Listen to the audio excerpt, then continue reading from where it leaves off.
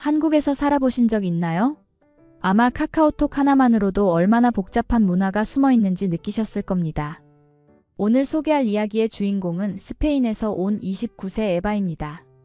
광고회사를 그만두고 한류에 매료되어 서울로 온 그녀가 K뷰티 회사에서 겪는 일은 정말 눈물겨우면서도 웃음이 나옵니다.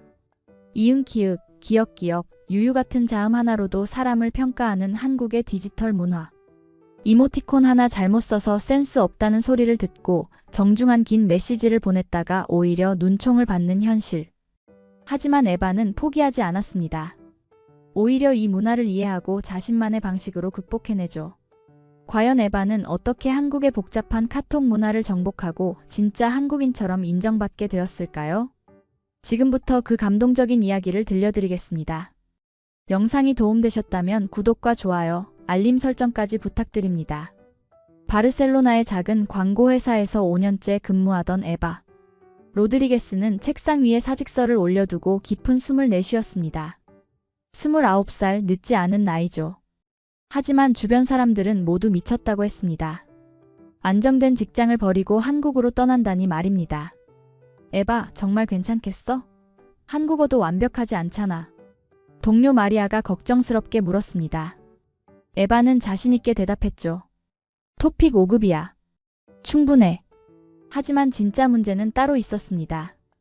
인천공항에 도착한 에바는 설렘으로 가득했습니다. 드라마에서 보던 그 공항, 그 한글 간판들이 눈앞에 펼쳐진 거죠. 짐을 찾고 지하철을 타며 서울 시내로 향하는 동안 마음은 벌써 뛰고 있었습니다. K뷰티 브랜드 뷰마인드의 인턴 면접은 생각보다 수월했습니다. 스페인에서의 광고 경험과 한류에 대한 열정을 어필했고 면접관들도 만족스러워했죠. 외국인 시각에서 우리 브랜드를 바라보는 게 필요해요. 인사팀장의 말에 에바는 확신을 가졌습니다. 첫 출근 날, 에바는 정장을 차려입고 회사에 도착했습니다. 사무실은 생각보다 현대적이고 깔끔했죠. 동료들도 친절하게 인사해 주었습니다. 특히 윤지 대리는 따뜻한 미소로 에바를 맞아주었어요. 안녕하세요. 저는 서윤지입니다. 앞으로 잘 부탁드려요. 윤지 대리의 정중한 인사에 에바도 정중하게 대답했습니다. 안녕하세요. 에바입니다. 많이 도와주세요. 하지만 진짜 충격은 카카오톡 단체방에 초대받으면서 시작되었습니다. 뷰마인드 마케팅팀이라는 방 이름을 보며 에바는 기대에 찼죠. 드디어 한국 직장 문화의 진짜 모습을 볼 수 있겠다고 생각했습니다. 첫 번째 메시지가 올라왔습니다. 이응키읔. 에바는 화면을 뚫어져라 쳐다봤습니다. 이게 뭔가요? 자음 2개로 대화를 하는 건가요?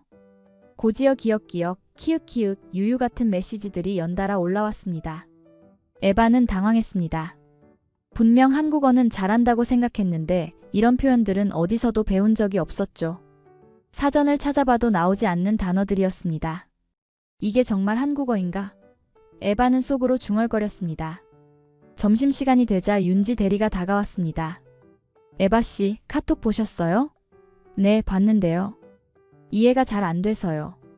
에바의 솔직한 대답에 윤지 대리가 미소 지었습니다. 아, 그거 다 줄임말이에요. 천천히 알려드릴게요. 에바의 본격적인 카톡 문화 체험은 첫 번째 팀 프로젝트에서 시작되었습니다. 신제품 론칭을 위한 소셜미디어 마케팅 전략을 짜는 일이었죠. 팀장인 박진경 부장은 냉철하고 완벽주자로 유명했습니다. 이번 프로젝트는 절대 실패할 수 없어요. 경쟁사들이 다 지켜보고 있거든요. 박진경 부장의 엄중한 목소리에 회의실 분위기가 긴장됐습니다. 에바도 자연스럽게 등이 고다졌죠. 회의가 끝난 후 단체 카톡방에서 진짜 문제가 시작되었습니다. 팀원들이 업무 분담에 대해 이야기하는데 에바는 도무지 이해할 수 없었어요. 디자인 시한 내일까지 기억니은? 태영 디자이너의 메시지였습니다. 에바는 기억니은이 뭔지 몰라서 한참을 고민했죠.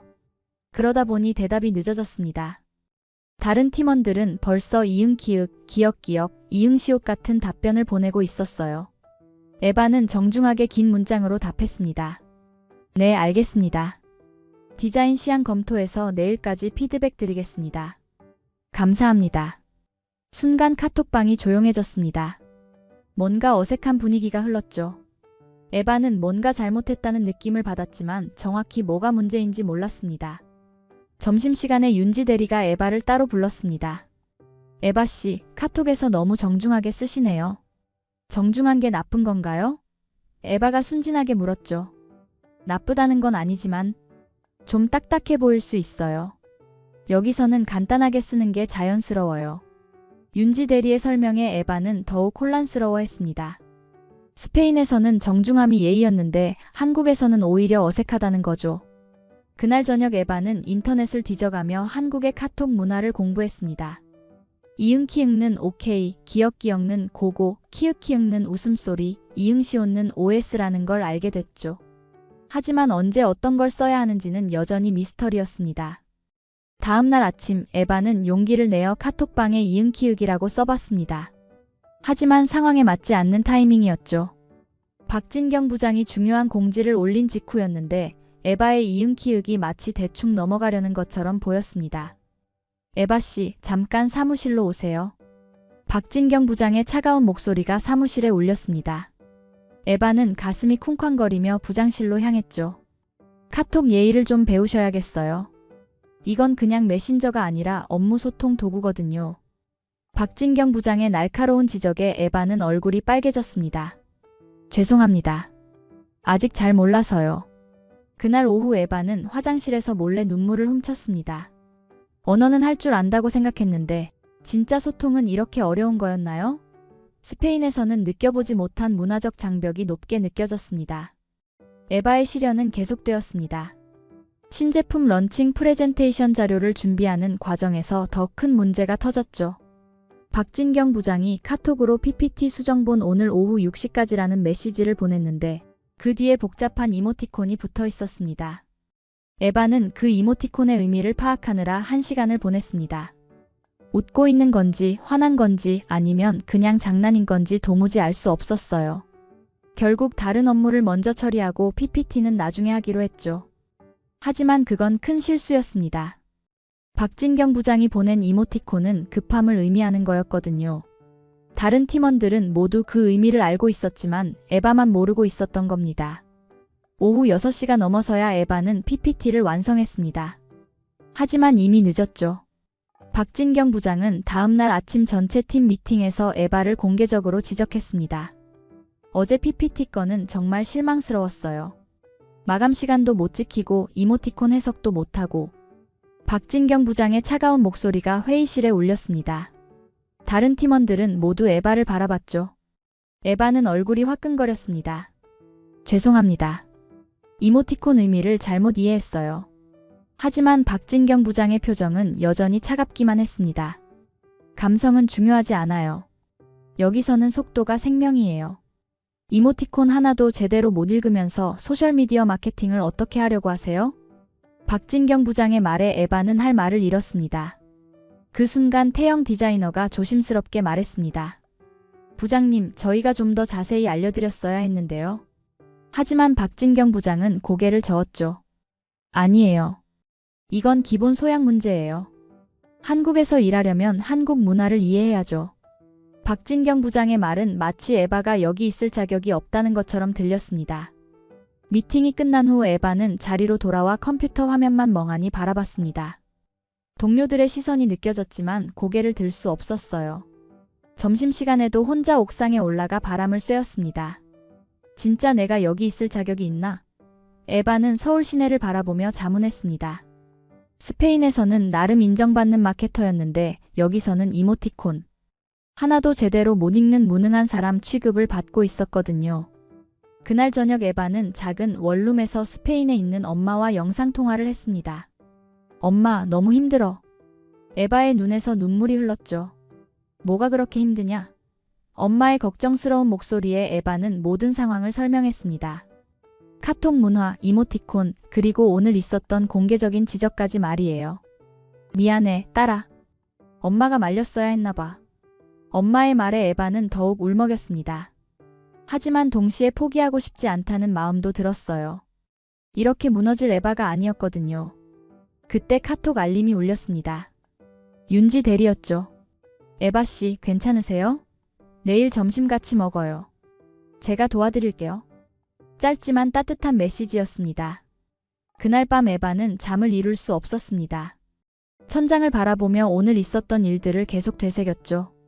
박진경 부장의 차가운 시선, 동료들의 어색한 표정, 그리고 자신의 무력함까지 모든 게 머릿속을 맴돌았습니다. 정말 내가 바보 같다. 에바는 작은 소리로 중얼거렸습니다. 5년간 광고회사에서 일했던 경험도, 토픽 5급 실력도 여기서는 아무 소용이 없어 보였어요. 카톡 하나로 사람을 평가하는 문화가 이해되지 않았죠. 다음날 출근길도 무거웠습니다. 지하철에서 주변 사람들이 카톡하는 모습을 보며 에바는 더욱 소외감을 느꼈어요. 모두들 자연스럽게 이모티콘을 쓰고 줄임말로 대화하는 게 신기하면서도 부러웠습니다. 사무실에 도착하니 어제와 똑같은 일상이 시작되었습니다.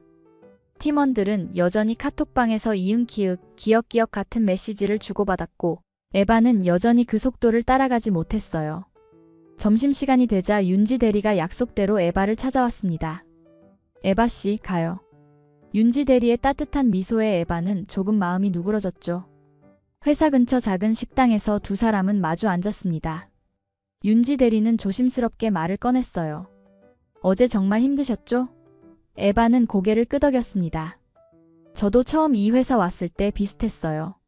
카톡 문화가 정말 어려웠거든요. 윤지 대리의 고백에 에바는 조금 놀랐습니다. 한국 사람도 어려워하는 게 카톡 문화라니요. 정말요? 한국 분도 어려워하세요? 에바의 질문에 윤지 대리가 웃었습니다. 당연하죠. 회사마다, 팀마다 다 다르거든요. 저도 적응하는데 몇 달 걸렸어요. 그 말에 에바는 조금 위로받는 기분이었습니다. 혼자만 어려워하는 게 아니었구나 싶었죠. 윤지 대리는 계속해서 에바를 격려했어요. 부장님도 나쁜 사람은 아니에요. 그냥 일에 대한 기준이 높으실 뿐이죠. 시간이 지나면 인정해 주실 거예요. 윤지 대리의 말에 에바는 희망을 품기 시작했습니다. 그날 오후 에바는 새로운 다짐을 했습니다. 포기하지 않겠다고 말이에요. 대신 더 열심히, 더 적극적으로 배우겠다고 결심했죠. 퇴근 후 에바는 도서관에 가서 한국 인터넷 문화에 관한 책들을 찾았습니다. 온라인 커뮤니티도 뒤져보고 유튜브에서 카톡 사용법에 관한 영상도 찾아봤어요. 그러던 중 흥미로운 걸 발견했습니다. 외국인들이 한국 카톡 문화를 어려워한다는 기사였죠. 에바 혼자만의 문제가 아니었던 겁니다. 오히려 많은 외국인들이 비슷한 어려움을 겪고 있었어요. 그럼 나도 할 수 있어. 에바는 자신감을 되찾기 시작했습니다. 늦은 밤까지 공부하고 카톡 예시들을 노트에 정리했죠. 그때 윤지 대리에게서 카톡이 왔습니다. 에바 씨, 오늘 수고하셨어요. 내일도 화이팅.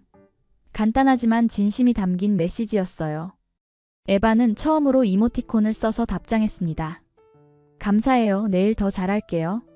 보내고 나니 뭔가 한 걸음 더 가까워진 기분이었죠. 다음날 아침 에바는 평소보다 일찍 출근했습니다. 새로운 마음가짐으로 하루를 시작하고 싶었거든요. 사무실에는 태영 디자이너가 혼자 앉아 작업하고 있었어요. 안녕하세요. 일찍 오셨네요. 에바가 인사하자 태영이 미소 지으며 대답했습니다. 네, 집중이 더 잘 돼서요. 에바 씨도 일찍 오셨네요. 잠시 어색한 침묵이 흘렀습니다. 태영은 뭔가 말하고 싶어하는 표정이었어요. 마침내 태영이 조심스럽게 입을 열었습니다. 에바 씨, 괜찮으시면 제가 카톡 문화 좀 알려드릴까요? 태영의 제안에 에바는 눈이 반짝였습니다. 정말요? 괜찮을까요? 물론이죠. 사실 저도 처음엔 어려웠거든요. 지방에서 올라와서 서울 문화가 낯설었어요. 태영의 솔직한 말에 에바는 친근감을 느꼈죠. 점심시간에 태영은 에바를 회사 근처 카페로 데려갔습니다. 자, 이제 카톡 문화 교정 프로젝트를 시작해볼까요? 태영이 웃으며 말했어요. 먼저 태영은 자음 줄임말부터 설명했습니다. 이응키응는 오케이, 기역기역는 고고, 시옷기역는 수고, 치읓키응는 축하해. 태영이 하나씩 설명할 때마다 에바는 열심히 메모했어요. 그런데 언제 어떤 걸 써야 해요? 에바의 질문에 태영이 생각에 잠겼습니다. 상황에 따라 달라요. 급할 때는 짧게, 여유 있을 때는 길게 써도 되고요. 다음은 이모티콘 사용법이었습니다. 태영은 자신의 카톡을 보여주며 실제 대화 예시를 설명했어요. 이 이모티콘은 웃긴다는 뜻이고 이건 화났다는 뜻이에요. 에바는 마치 새로운 언어를 배우는 기분이었습니다. 하나하나 새롭고 흥미로웠어요. 정말 복잡하네요. 어떻게 다들 자연스럽게 하는 거죠? 연습밖에 없어요.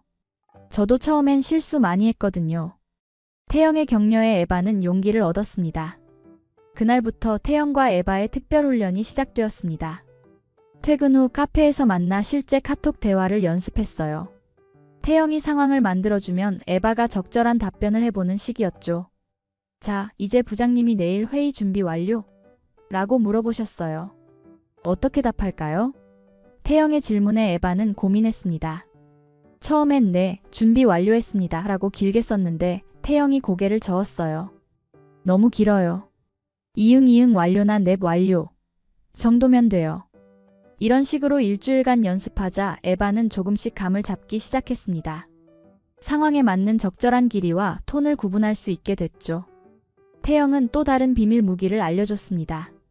이모티콘을 직접 만들어 보면 어떨까요? 만들어요? 에바가 놀란 표정으로 물었어요. 네, 에바 씨만의 스타일로요. 외국인 감성과 한국 감성을 섞은 거죠. 태영의 아이디어에 에바는 눈이 반짝였습니다. 이거라면 자신만의 차별화된 소통 방식을 만들 수 있을 것 같았어요. 그날 밤 에바는 처음으로 희망찬 마음으로 잠자리에 들었습니다. 드디어 해결책을 찾은 것 같았거든요. 태영의 제안을 듣고 난 후 에바는 밤잠을 잊고 생각에 잠겼습니다. 자신만의 이모티콘을 만든다는 아이디어가 정말 흥미로웠거든요. 스페인에서 광고 일을 할 때도 크리에이티브한 아이디어를 내는 걸 좋아했었죠. 다음날 아침 에바는 스케치북을 들고 출근했습니다. 점심시간에 태영을 만나 자신의 아이디어를 공유하고 싶었어요. 태영 씨, 어제 말씀하신 이모티콘 아이디어 정말 좋은 것 같아요. 에바의 말에 태영이 관심을 보였습니다. 어떤 생각이 드셨어요? 에바는 스케치북을 펼쳤습니다. 밤새 그린 그림들이 가득했어요. 한국 감정을 외국인도 이해할 수 있게 표현하는 거예요. 예를 들어 어머나 표정을 귀엽게 그린다든지 아이고 하는 할머니 표정 같은 거 말이에요. 태영은 에바의 스케치를 자세히 들여다봤습니다. 생각보다 아이디어가 참신했어요. 오, 이거 정말 괜찮네요. 특히 이 아이고 표정은 정말 한국적이면서도 귀여워요. 에바는 더욱 신나서 설명을 이어갔습니다. 그리고 헐이나 대박 같은 감정도 시각적으로 표현하면 외국인들이 쉽게 이해할 수 있을 것 같아요. 제가 처음에 이런 표현들을 배울 때 정말 어려웠거든요. 태영은 점점 에바의 아이디어에 빠져들었습니다. 이거 진짜 사업 아이템이 될 수도 있겠는데요? 회사에서도 관심 가질 것 같아요. 정말요? 에바의 눈이 반짝였습니다. 드디어 자신이 기여할 수 있는 분야를 찾은 것 같았거든요. 그럼 제대로 기획서를 만들어 볼까요? 그날부터 에바와 태영은 본격적인 이모티콘 프로젝트에 돌입했습니다. 퇴근 후에도 카페에서 만나 아이디어를 발전시켰어요. 에바는 감정 표현과 컨셉을 담당하고 태영은 디자인과 기술적인 부분을 맡았죠. 오모나 시리즈는 어때요? 놀랐을 때, 당황했을 때, 기뻤을 때의 오모나 표정들을 다양하게 만드는 거예요. 에바의 제안에 태영이 엄지를 치켜들었습니다. 그리고 키읔키읔 국제판도 만들어봐요. 웃음소리를 시각화하는 거죠. 태영의 아이디어에 에바도 박수를 쳤어요. 일주일 후 두 사람은 완성된 기획서를 들고 윤지 대리를 찾아갔습니다. 이거 부장님께 보여드려도 될까요? 에바가 조심스럽게 물었어요. 윤지 대리는 기획서를 보더니 눈이 커졌습니다. 와, 이거 정말 잘 만들었네요. 특히 이 한국 감정 번역기 컨셉이 좋아요. 부장님이 좋아하실까요? 에바는 여전히 박진경 부장이 무서웠거든요. 지난번 일이 있어서 더욱 조심스러웠어요. 일단 보여드려보죠. 요즘 회사에서도 새로운 콘텐츠를 찾고 있었거든요. 윤지 대리의 말에 에바는 긴장과 기대가 섞인 표정을 지었습니다.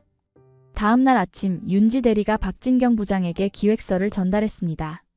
부장은 처음엔 시큰둥한 표정이었지만 기획서를 읽어가며 점점 관심을 보이기 시작했어요. 에바가 만든 거라고요? 박진경 부장의 질문에 윤지 대리가 고개를 끄덕였습니다. 네, 태영 씨와 함께 밤늦게까지 작업한 것 같아요. 박진경 부장은 잠시 생각에 잠겼습니다. 지난번에 에바를 심하게 꾸짖었는데 이렇게 창의적인 아이디어를 내다니 의외였거든요. 흥미롭네요. 일단 시안을 더 구체적으로 만들어 보라고 하세요. 박진경 부장의 말에 윤지 대리는 기뻐했습니다. 에바는 부장의 반응을 듣고 하늘을 날 것 같았어요. 드디어 인정받을 수 있는 기회가 온 거죠. 정말요? 부장님이 관심을 보이셨다고요? 네, 더 구체적으로 만들어 보라고 하셨어요. 윤지 대리의 말에 에바는 태영을 꽉 안아줬습니다. 태영 씨 덕분이에요.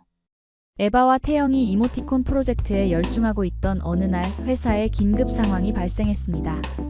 중국과 미국 시장을 동시에 겨냥한 대규모 라이브 커머스 프로젝트가 갑자기 잡힌 거죠. 이번 기회를 놓치면 안 돼요. 경쟁사들이 벌써 해외 진출하고 있거든요. 박진경 부장은 전체 회의에서 긴장된 목소리로 말했습니다. 모든 팀원들의 표정도 진지해졌어요. 문제는 발표 담당자였습니다. 원래 해외 마케팅을 담당하던 이 과장이 갑자기 병가를 내게 된 거예요. 대체 인력이 필요한 상황이었죠. 누가 이 발표를 할 수 있을까요? 박진경 부장이 팀원들을 둘러봤습니다. 모두들 부담스러워하는 표정이었어요. 중국어와 영어를 동시에 해야 하는 발표였거든요. 그때 윤지 대리가 조심스럽게 손을 들었습니다. 에바 씨는 어떨까요? 외국인 시각에서 접근하면 더 설득력이 있을 것 같은데요. 순간 회의실이 조용해졌습니다. 모든 시선이 에바에게 집중되었어요. 에바는 심장이 쿵쾅거렸습니다. 아직 카톡 문화도 완전히 적응 못했는데 이런 큰 발표를 할 수 있을까요? 박진경 부장은 잠시 고민하는 표정이었습니다. 에바 씨, 할 수 있겠어요? 날카로운 시선으로 에바를 바라봤죠. 해보겠습니다. 에바는 떨리는 목소리로 대답했습니다. 사실 자신이 없었지만 이번이 진짜 기회라는 생각이 들었거든요. 좋아요. 하지만 절대 실수하면 안 돼요.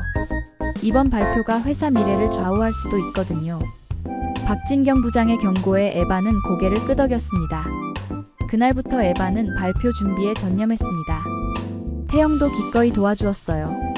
두 사람은 밤늦게까지 자료를 정리하고 발표 연습을 했죠. 여기서 에바 씨만의 이모티콘 아이디어를 넣으면 어떨까요? 태영의 제안에 에바의 눈이 반짝였습니다. 맞아요.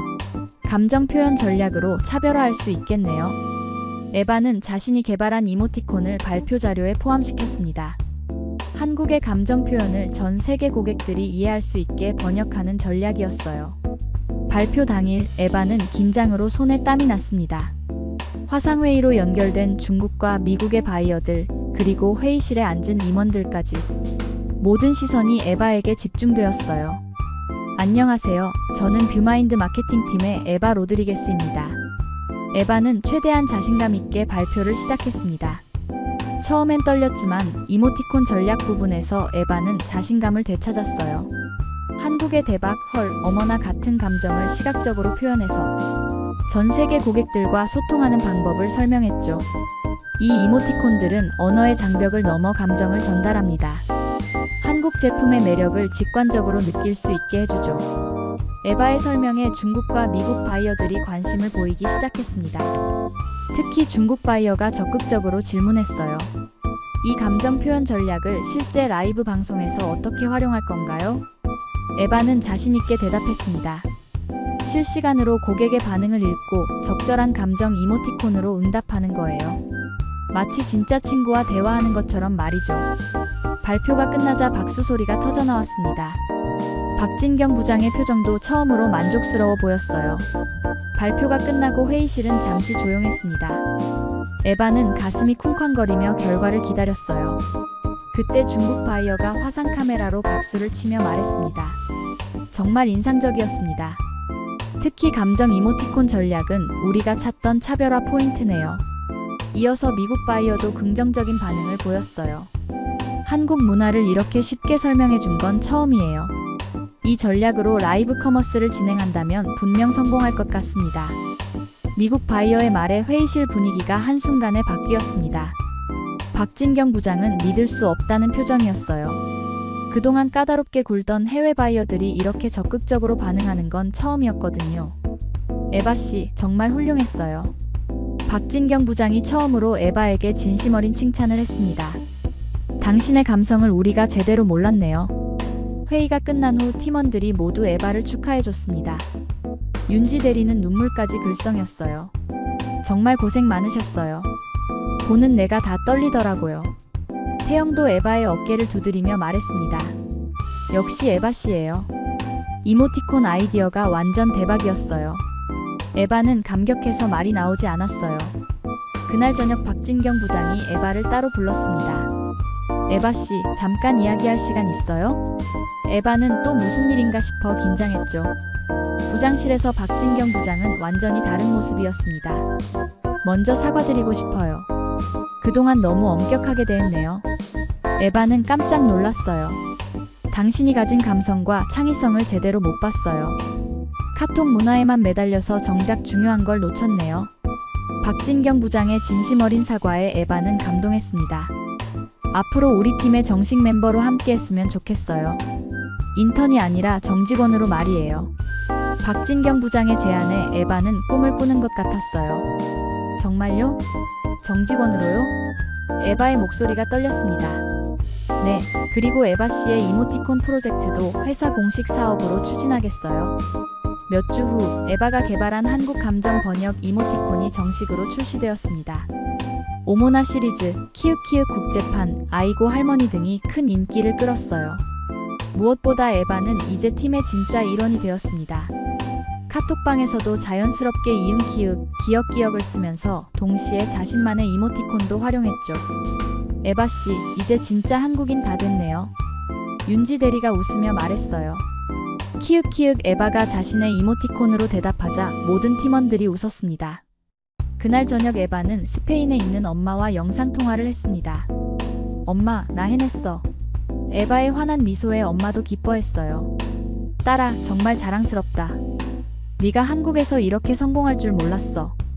엄마의 말에 에바는 뿌듯했습니다. 창밖으로 보이는 서울의 야경을 바라보며 에바는 생각했습니다. 처음엔 카톡 하나도 제대로 못했던 자신이 이제는 한국과 세계를 연결하는 다리 역할을 하고 있다니 말이에요. 다음날 아침 출근길, 에바는 지하철에서 자신이 만든 이모티콘을 쓰는 사람들을 봤습니다. 오모나 표정으로 대화하는 외국인 관광객들, 키읔키읔 이모티콘으로 웃음을 표현하는 한국 학생들까지. 에바의 마음은 뿌듯함으로 가득했어요. 회사에 도착하니 태영이 커피를 들고 기다리고 있었습니다. 에바씨, 오늘도 화이팅이에요. 고마워요, 태영씨. 정말 가족 같아요. 에바의 말에 태영이 미소 지었습니다. 이제 에바에게 한국은 더 이상 낯선 땅이 아니었습니다. 진짜 가족을 만난 따뜻한 고향이 되어 있었거든요. 카톡 문화라는 작은 벽을 넘어 더 큰 세상과 연결된 에바의 새로운 시작이었습니다. 안녕하세요, 여러분. 오늘은 특별한 사연 하나를 들려드립니다. 세상에는 수많은 인연이 있지만 때로는 운명처럼 찾아오는 만남이 있습니다. 국경을 넘어, 언어의 장벽을 넘어, 서로 다른 문화를 넘어 이어지는 진실된 사랑 이야기죠. 루마니아의 한 싱글맘이 딸의 생명을 구하기 위해 찾아온 한국, 그곳에서 시작된 기적 같은 이야기를 전합니다. 한때 미스 루마니아로 화려한 삶을 살았지만 폭력적인 결혼 생활 끝에 홀로 아픈 딸을 키우던 그녀. 마지막 희망을 안고 찾아온 한국에서 그녀가 발견한 것은 딸의 건강뿐만이 아니었습니다. 그것은 새로운 삶, 새로운 가족, 그리고 예상치 못한 사랑이었죠. 루마니아 미인 싱글맘 딸 위해 한국행하지만 사랑까지 찾아버렸다. 지금부터 시작합니다. 먼저 구독, 좋아요, 알림 설정은 다음 영상 제작에 큰 도움이 됩니다. 루마니아의 작은 도시 브라쇼브, 눈이 하얗게 내리는 겨울날이었습니다. 엘리자는 창가에 앉아 딸 미라의 모습을 지켜보고 있었죠. 6살 미라는 희귀혈액 질환으로 병원과 집을 오가며 지난 2년을 보냈어요. 의사들은 더 이상의 치료법이 없다고 했습니다. 그때 엘리자의 손에 쥐어진 한 장의 종이 서울 근교 한의원 주소였어요. 마지막 희망이라도 붙잡아야 해. 엘리자는 거울 속 자신의 모습을 바라봤습니다. 한때 미스 루마니아로 화려한 스포트라이트를 받았던 그 얼굴은 이제 근심과 절박함으로 가득했죠. 남편의 폭력에서 벗어나 홀로 미라를 키우며 살아온 시간들, 그 어느 때보다 강해져야 했습니다. 미라야, 엄마가 데려갈 곳이 있어. 아주 멀리 아시아의 나라 한국이란 곳이야. 미라는 힘없이 고개를 끄덕였어요. 아이의 창백한 얼굴과 약해진 몸은 엘리자의 가슴을 찢었습니다. 루마니아 의사는 동양의학, 특히 한국의 특수 한방치료가 마지막 가능성이라 조언했어요. 학술지에서 읽은 논문 한 편이 엘리자에게 마지막 희망의 빛이 되었죠. 인천공항에 도착한 엘리자와 미라, 낯선 한글 간판과 사람들 속에서 두려움과 설렘이 교차합니다.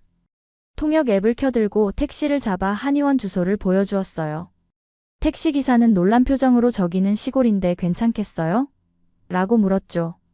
엘리자는 단호히 고개를 끄덕였습니다. 어떤 곳이든 미라가 나아질 수만 있다면. 창밖으로 펼쳐지는 한국의 풍경, 빠르게 지나가는 서울의 고층 빌딩들과 점점 울창해지는 산들. 미라는 처음 보는 풍경에 눈을 반짝이며 창에 얼굴을 바짝 붙였습니다. 얼마 만에 생기인지 엘리자의 눈시울이 붉어졌어요. 해질 무렵 드디어 한의원에 도착했습니다. 청소란 의원이라 쓰인 작은 간판과 나무로 지어진 한옥 건물이 그들을 맞이했죠. 문을 열고 들어서자 은은한 한약 향기가 코끝을 스쳤어요. 그리고 그곳에서 처음 만난 사람 바로 준호였습니다. 안녕하세요. 기다리고 있었습니다. 최준호라고 합니다. 조용하지만 단단한 목소리, 차분한 눈빛의 남자. 엘리자는 순간 가슴이 떨렸습니다. 이건 분명 지친 여정의 피로 때문일 거라 생각했죠. 하지만 운명은 때로 가장 예상치 못한 순간에 가장 예상치 못한 곳에서 시작됩니다. 생존이 아닌 기적을 찾아 떠난 여정이 이제 막 시작되었어요. 청소란 의원에서의 첫날, 엘리자는 통역기를 들고 미라의 상태를 설명하려 애썼습니다. 준호는 가만히 그 모습을 지켜보다 제가 통역 봉사를 하고 있으니 걱정 마세요 라며 영어로 말을 걸었죠. 세계 각국의 환자들을 위해 통역 봉사를 하고 있다는 준호. 그의 부드러운 미소에 엘리자는 안도의 한숨을 내쉬었어요. 미라의 맥을 짚어봐야 합니다. 괜찮을까요? 한의사 선생님의 말을 준호가 통역하자 엘리자는 고개를 끄덕였습니다. 미라는 낯선 환경에 겁에 질린 표정으로 엄마 뒤에 숨었죠. 그때 준호가 미라의 눈높이에 맞춰 앉았습니다. 안녕 미라. 여기 봐. 이게 뭐게 보이니? 준호는 주머니에서 작은 종이약을 꺼내 보여주었어요. 미라의 눈이 호기심으로 반짝였죠. 종이약이 날개를 퍼덕이는 것처럼 손놀림을 하자 미라는 처음으로 입가에 미소를 지었습니다. 엘리자는 딸의 웃음을 본 것이 얼마만인지 기억조차 나지 않았어요. 한의사는 미라의 상태를 꼼꼼히 체크했습니다. 장기적인 치료가 필요하겠군요. 최소 6개월은 지내셔야 할 텐데 숙소는 어떻게 하실 예정인가요? 준호의 통역에 엘리자는 당황했어요. 그저 며칠 동안의 치료만 생각했지 장기 체류는 계획에 없었기 때문이죠. 그녀의 표정을 읽은 준호가 말했습니다. 한의원 뒤편에 작은 게스트하우스가 있습니다. 원장님 말씀으로는 그곳에 머무르셔도 된다고 하네요. 엘리자의 눈에 눈물이 고였습니다. 낯선 나라에서 이런 친절을 기대하지 않았기에 더욱 감동적이었어요. 정말 감사합니다. 어떻게 보답해야 할지. 준호는 고개를 저으며 미소 지었죠. 보답은 미라가 건강해지는 모습을 보여주시면 됩니다. 첫 치료를 마치고 게스트하우스로 향하는 길, 준호가 짐을 들어주며 동행했습니다. 석양이 물든 산자락과 작은 마을 풍경이 그림처럼 펼쳐졌어요. 여기는 정말 아름답네요. 엘리자가 말했습니다. 준호는 잠시 하늘을 올려다보며 대답했죠. 네, 제가 태어나고 자란 곳입니다. 서울에서 공부하다 돌아왔죠. 왜 돌아오셨어요? 도시가 더 기회가 많을 텐데요. 준호의 표정이 잠시 어두워졌습니다. 때로는 돌아와야 할 곳이 있기 마련이죠. 그의 말에 담긴 무언가가 엘리자의 가슴을 찔렀어요. 아마도 그에게도 이야기가 있을 터 하지만 지금은 물어볼 때가 아니라고 생각했죠. 게스트하우스는 작지만 아늑했습니다. 한국식 온돌방에 미라는 신기한 듯 맨발로 걸어다녔어요. 준호는 기본적인 생활 안내를 해주고 내일 아침에 다시 오겠다 인사했습니다. 문이 닫히고 엘리자는 창밖을 바라봤어요. 낯선 땅에서의 첫날 밤, 두려움보다는 이상하게 안정감이 느껴졌습니다. 준호의 조용한 미소가 떠올랐죠. 한국에서의 시간은 예상보다 빠르게 흘렀습니다. 미라는 매일 한의원에서 치료를 받았고 한 달이 지난 지금 피부색이 점점 좋아지기 시작했어요. 창백했던 얼굴에 혈색이 돌고 기운이 없던 걸음걸이에 활기가 생겼죠. 엘리자는 매일 밤 감사의 기도를 올렸습니다. 준호 씨, 미라가 처음으로 뛰어다녔어요. 엘리자가 기쁨에 찬 목소리로 말하자 준호는 환하게 웃었습니다. 준호는 매일같이 엘리자 모녀를 도왔어요. 통역은 물론 장보기와 한국 생활 적응까지 묵묵히 도움을 주었죠. 엘리자 씨, 혹시 다문화센터에 관심 있으세요? 외국어 능력자를 찾고 있다는데. 준호의 제안으로 엘리자는 마을 다문화센터에서 일하게 되었습니다. 루마니아어와 영어를 가르치는 일이었죠. 처음 만난 다른 나라에서 온 여성들과 이야기를 나누며 엘리자는 자신만 이방인이 아니란 사실에 위로받았어요. 일을 시작한 지 일주일째 되던 날, 준호가 무언가를 끌고 게스트하우스에 찾아왔습니다. 작은 자전거였어요. 미라에게 선물입니다. 이제 튼튼해졌으니 타도 괜찮을 것 같아서요. 미라는 환호성을 지르며 자전거로 달려갔습니다. 엘리자는 말없이 준호를 바라봤어요. 그의 따뜻한 배려가 가슴 깊은 곳을 적셨죠. 너무 과분한데요? 아닙니다. 미라가 웃는 모습을 보는 것만으로도 충분히 값진 일이니까요. 준호의 말에 엘리자는 고개를 숙였습니다. 며칠 전 미라가 물었던 말이 떠올랐어요. 엄마, 준호 아저씨는 우리 아빠 같아요. 그렇죠? 그때는 그저 웃어넘겼지만 지금 준호를 바라보니 뭔가 다른 감정이 일었습니다. 하지만 동시에 두려움도 컸죠. 이방인인 자신이 또 실패한 결혼의 상처를 안고 있는 자신이 새로운 감정을 품어도 될지. 미라는 준호의 도움으로 자전거 타는 법을 배웠습니다. 넘어지고 일어서기를 반복하면서도 포기하지 않는 미라를 보며 엘리자는 딸에게서 용기를 배웠어요. 그리고 준호에게서는 따뜻함을 배웠죠. 한국어 공부도 시작했습니다. 미라는 아이들의 놀라운 언어 습득 능력으로 금방 간단한 한국말을 하게 되었어요. 엘리자도 열심히 배웠지만 어려운 발음에 종종 좌절했죠. 그럴 때마다 준호는 인내심으로 반복해서 가르쳐 주었습니다. 안녕하세요. 저는 엘리자입니다. 처음으로 한국어로 자기소개를 완성했을 때 준호의 박수 소리가 귓가에 울렸어요. 그의 칭찬이 이상하게 기분 좋게 느껴졌습니다. 루마니아를 떠나올 때는 상상도 못했던 일들이 일어나고 있었죠. 딸의 건강을 찾기 위해 온 한국에서 엘리자는 자신의 마음도 조금씩 회복되고 있었습니다. 마을의 봄축제가 열리는 날이었습니다. 벚꽃이 만개한 마을 광장에는 형형색색의 천막이 세워졌고 주민들은 저마다의 음식과 공예품을 들고 나왔어요. 다문화센터에서도 부스를 열었고 엘리자는 루마니아 전통 과자를 선보였죠. 와, 정말 맛있네요. 어떻게 만든 거예요? 사람들의 반응이 조차 엘리자는 자신감을 얻었습니다. 미라는 한국 아이들과 어울려 연날리기를 하며 깔깔 웃고 있었어요. 그 모습을 바라보는 엘리자의 옆에 준호가 다가왔습니다. 우리 미라가 정말 잘 적응했네요. 엘리자 씨도요. 준호의 말에 엘리자는 미소를 지었어요. 모두 준호 씨 덕분이죠. 정말 감사합니다. 해가 저물고 축제는 점점 무르익었습니다. 어르신들은 막걸리를 마시며 이야기꽃을 피웠고 젊은이들은 장작불 주위에서 노래를 부르며 춤을 췄어요. 엘리자도 몇 잔의 막걸리에 기분이 좋아졌죠. 그때였습니다.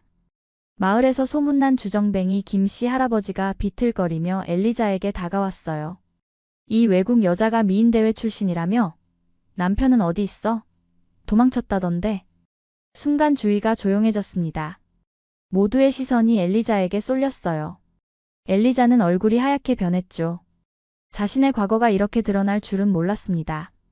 미스 루마니아 출신이라는 사실, 그리고 폭력적인 남편에게서 도망쳐 나왔다는 비밀스러운 과거가 한순간에 만천하에 드러난 거죠. 김할아버지, 술 드셨으면 집에 가세요. 준호가 단호하게 말했지만 이미 엘리자의 눈에는 눈물이 고였습니다. 미라를 데리고 서둘러 자리를 뜨려는데 준호가 그녀의 손을 잡았어요. 도망치지 마세요. 당신은 부끄러울 게 없어요. 준호의 말에 엘리자는 발걸음을 멈췄습니다. 준호는 그녀의 손을 놓지 않은 채 주민들을 향해 말했어요. 엘리자 씨는 자신의 딸을 지키기 위해 용기 있는 선택을 한 멋진 엄마입니다. 우리 마을에 온 것은 우리의 축복이죠. 부끄러운 건 오히려 우리가 아닐까요? 준호의 말에 마을 사람들이 하나둘 고개를 끄덕였습니다. 다문화센터 원장님이 나서서 엘리자의 어깨를 토닥였어요. 맞아요. 엘리자 씨는 우리 센터의 자랑이에요. 이제 우리 가족이나 다름없죠. 그렇게 위기의 순간은 지나갔습니다. 하지만 엘리자의 마음속에는 큰 파도가 일었어요. 준호가 자신을 그렇게 감싸안은 이유가 궁금했죠. 축제가 끝나고 돌아가는 길, 준호와 단둘이 걸으며 물었습니다. 왜 그렇게 나를 지켜주셨어요? 준호는 잠시 걸음을 멈추고 엘리자를 바라봤어요. 사실, 저도 상처가 있어요. 모두에게 숨기고 싶은 과거가요. 준호의 고백에 엘리자는 가슴이 뛰었습니다. 그가 무슨 말을 하려는지, 무슨 비밀을 간직하고 있는지 알 수 없었지만 그 순간 두 사람 사이에 무언가 깊은 연결이 생겨났음을 느꼈죠. 초여름에 햇살이 내리쬐는 마을 텃밭에서 엘리자는 이웃 할머니들과 함께 모종을 심고 있었습니다. 처음에는 외국인이라며 경계하던 할머니들도 이제는 엘리자를 우리 며느리처럼 대했어요. 특히 준호의 할머니 최할머니는 엘리자와 미라에게 유독 애정을 쏟았죠. 이렇게 하는 거 아니야, 엘리자야. 땅을 더 깊게 파고 심어야지. 최할머니의 가르침에 엘리자는 열심히 따라했습니다. 한국의 농사법이 루마니아와는 달랐지만 그 속에서 새로운 지혜를 배우는 재미가 있었어요. 미라는 옆에서 작은 호미로 흙을 파며 즐거워했죠. 엄마, 이거 봐요. 지렁이에요. 미라가 손에 든 지렁이를 보여주자 엘리자는 깜짝 놀라 뒤로 물러섰습니다. 그 모습에 할머니들의 웃음소리가 터졌어요.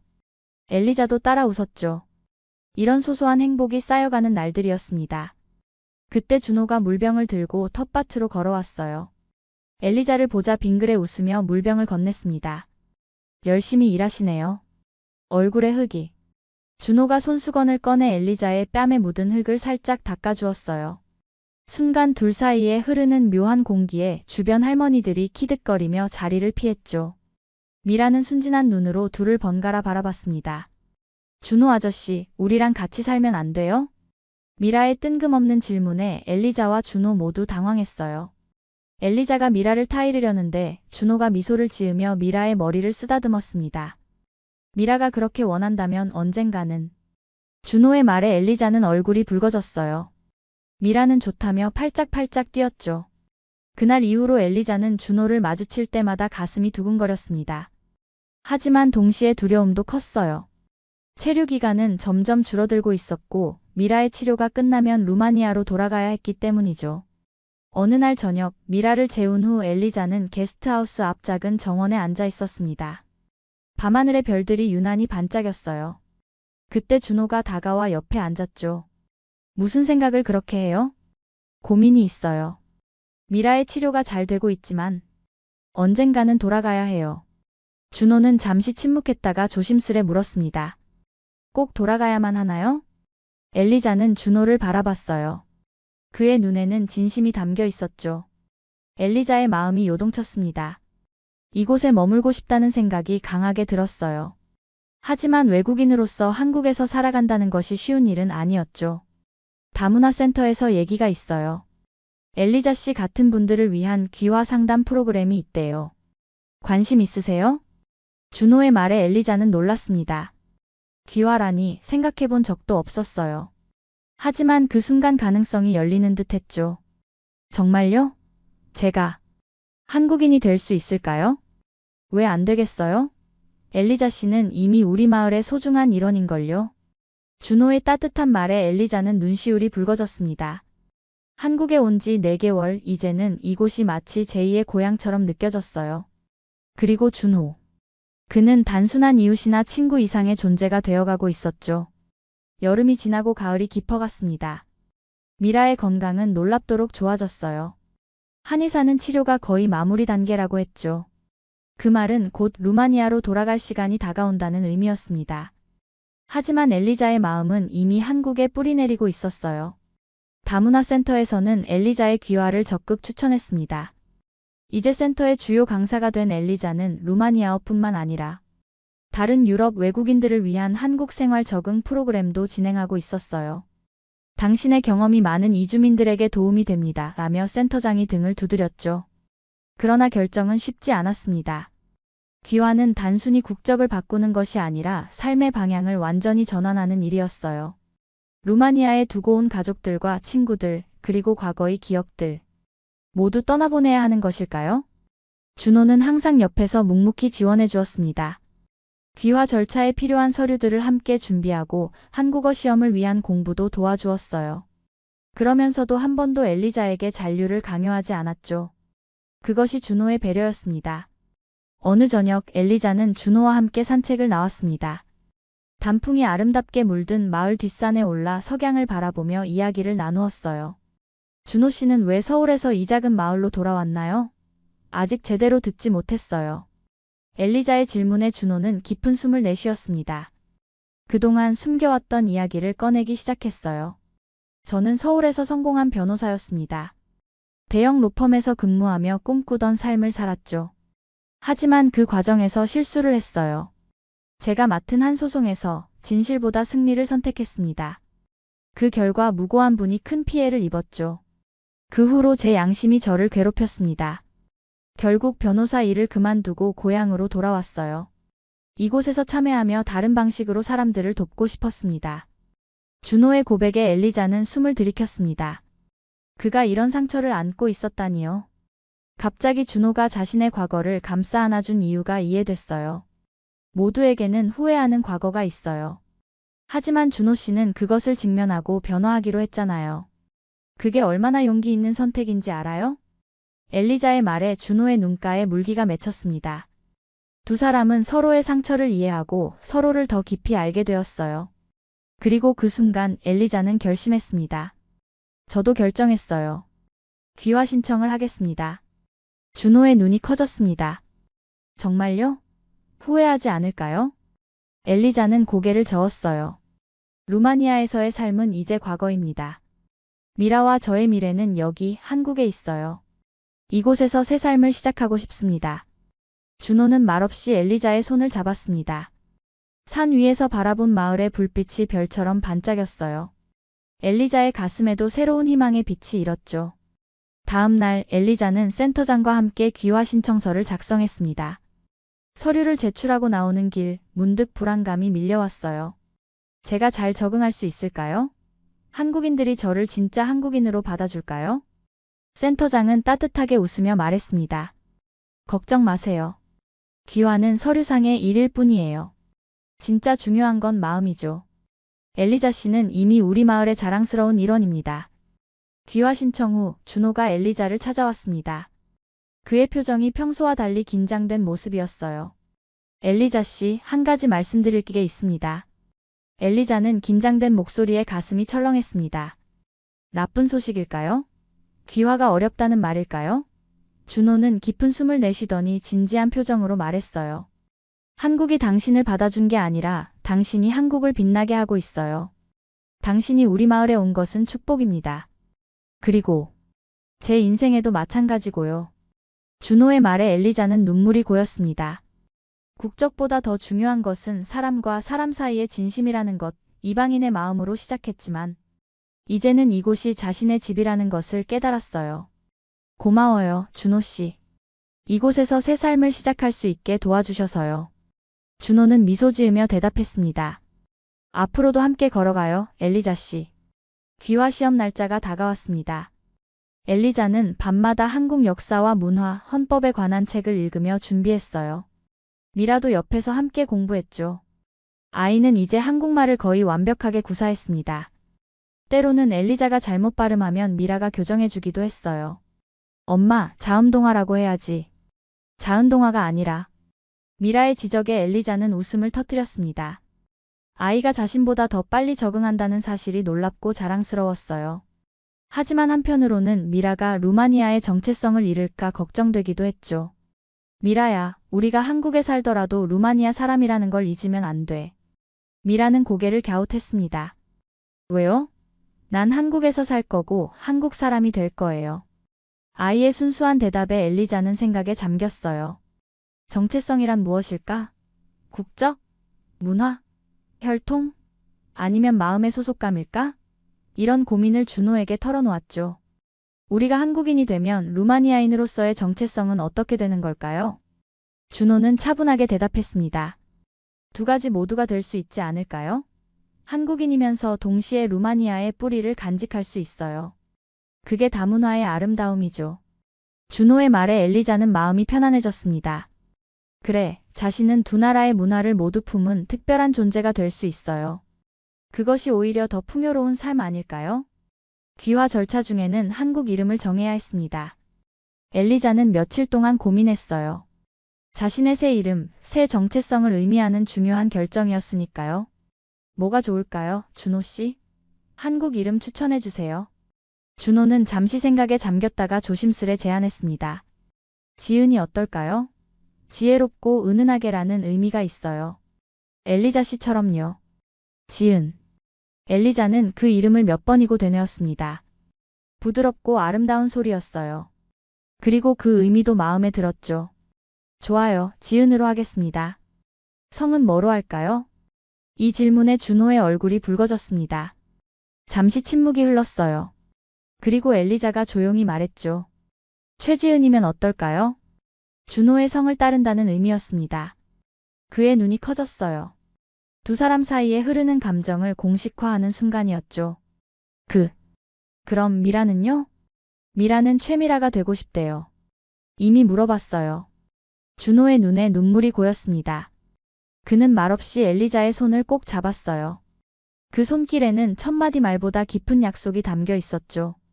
귀화 시험 전날 밤 엘리자는 미라와 함께 게스트하우스 마루에 앉아 별을 바라봤습니다. 지난 1년간의 여정이 주마등처럼 스쳐 지나갔어요.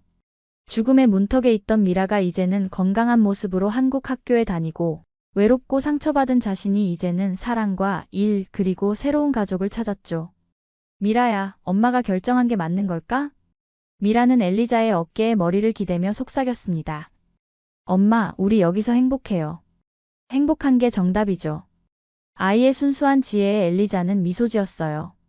그래, 행복이 정답이다. 그리고 이곳 한국에서 엘리자는 진정한 행복을 찾았습니다. 눈부신 가을날이었습니다. 다문화센터 10주년 기념 행사가 열리는 날이었어요. 센터 앞 광장에는 형형색색의 각국 국기와 한복을 입은 다양한 나라에서 온 사람들이 어우러졌습니다. 엘리자, 아니 이제는 최지은이라 불리는 그녀도 분홍빛 한복을 입고 행사를 준비하고 있었어요. 긴장되네요. 지은이 떨리는 손으로 한복 고름을 만지작거렸습니다. 오늘은 특별한 날이었어요. 귀화 허가를 받은 지 한 달 만에 지은은 이제 공식적인 한국인이 되었고 다문화센터에서는 그녀를 대표 연사로 초청했죠. 자신의 경험담을 나누며 다른 이주민들에게 희망을 주는 자리였습니다. 준호가 다가와 지은의 어깨를 토닥였어요. 걱정 마세요. 당신의 이야기는 그 자체로 감동적이니까요. 준호의 응원에 지은은 고개를 끄덕였습니다. 그리고 잠시 후 사회자의 소개와 함께 무대에 올랐어요. 객석에는 마을 주민들과 다문화 가정 그리고 센터 관계자들이 앉아 있었습니다. 맨 앞줄에는 예쁜 한복을 입은 미라가 환하게 웃고 있었죠. 안녕하세요, 최지은입니다. 객석에서 박수가 터져 나왔습니다. 지은은 깊은 숨을 내쉬고 이야기를 시작했어요. 1년 전 저는 딸의 생명을 구하기 위해 한국이라는 낯선 땅을 찾아왔습니다. 절망 속에서 마지막 희망을 품고 온 땅이었죠. 그때 저는 한국에서 새 삶을, 새 사랑을, 그리고 새 가족을 찾게 될 거라고는 상상도 못했어요. 지은은 자신의 여정을 솔직하게 풀어냈습니다. 미라의 병과 치료 과정, 언어와 문화의 장벽, 과거의 상처를 극복하는 과정까지. 그 이야기 속에는 눈물과 웃음, 고통과 희망이 담겨 있었어요. 한국은 저에게 기적이었습니다. 딸을 살렸고 저를 다시 살게 해줬으니까요. 객석에서는 눈물을 훔치는 사람들이 보였습니다. 지은의 눈에도 눈물이 고였어요. 그리고 그때 예상치 못한 일이 벌어졌죠. 준호가 갑자기 무대에 올라왔습니다. 그의 손에는 작은 꽃다발이 들려 있었어요. 지은 씨의 이야기를 들으며 생각했습니다. 인생은 참 신비롭다고요. 당신이 이곳에 온 것은 운명이었어요. 그리고 우리가 만난 것도요. 준호가 무릎을 꿇었습니다. 객석에서 놀라움의 탄성이 터져 나왔어요. 최지은 씨, 제 아내가 되어주시겠어요? 미라의 아버지가 되게 해주시겠어요? 순간 시간이 멈춘 듯 했습니다. 지은의 마음속에 여러 감정이 교차했어요. 기쁨, 놀라움, 그리고 약간의 두려움까지. 하지만 이내 확신이 들었죠. 자신의 집, 자신의 사람을 찾았다는. 네. 간단한 대답이었지만 그 속에 모든 것이 담겨 있었습니다. 객석에서 환호와 박수가 터져 나왔습니다. 미라가 달려와 두 사람을 껴안았어요. 이제 그들은 진정한 가족이 되었죠. 지은은 다시 마이크를 잡았습니다. 마지막 말을 전하고 싶었어요. 저는 루마니아에서 태어났지만 제 인생은 한국에서 다시 시작됐습니다. 그리고 함께입니다. 국적은 바뀔 수 있어도 사람의 마음과 정신은 더 깊은 곳에서 이어진다고 생각해요. 저는 이제 한국인이자 루마니아인입니다. 그 두 가지 정체성이 제 안에서 아름답게 조화를 이루고 있어요. 그녀의 말이 끝나자 우렁찬 박수가 이어졌습니다. 그리고 지은, 준호, 미라 세 사람은 손을 잡고 무대를 내려왔어요. 행사가 끝난 후 세 사람은 처음 만났던 청소년원으로 향했습니다. 그곳에서 모든 것이 시작되었으니 새로운 시작을 알리는데도 그곳이 의미가 있었죠. 한의원 앞 작은 텃밭에서 세 사람은 나란히 걸었습니다. 엄마, 우리 이제 진짜 가족이 된 거죠? 미라의 질문에 지은은 미소 지었어요. 그래, 운명이 우리를 여기로 이끌었나 봐. 준호는 두 사람의 손을 꼭 잡았습니다. 석양이 물든 하늘 아래 세 사람의 뒷모습이 하나의 그림처럼 어우러졌어요. 이방인에서 가족으로, 상처에서 치유로, 그리고 고독에서 사랑으로. 그들의 여정은 계속되고 있었습니다. 한국에서 다시 태어난 그녀의 이름은 최지은, 그리고 그녀의 가슴에는 두 나라의 심장이 뛰고 있었습니다.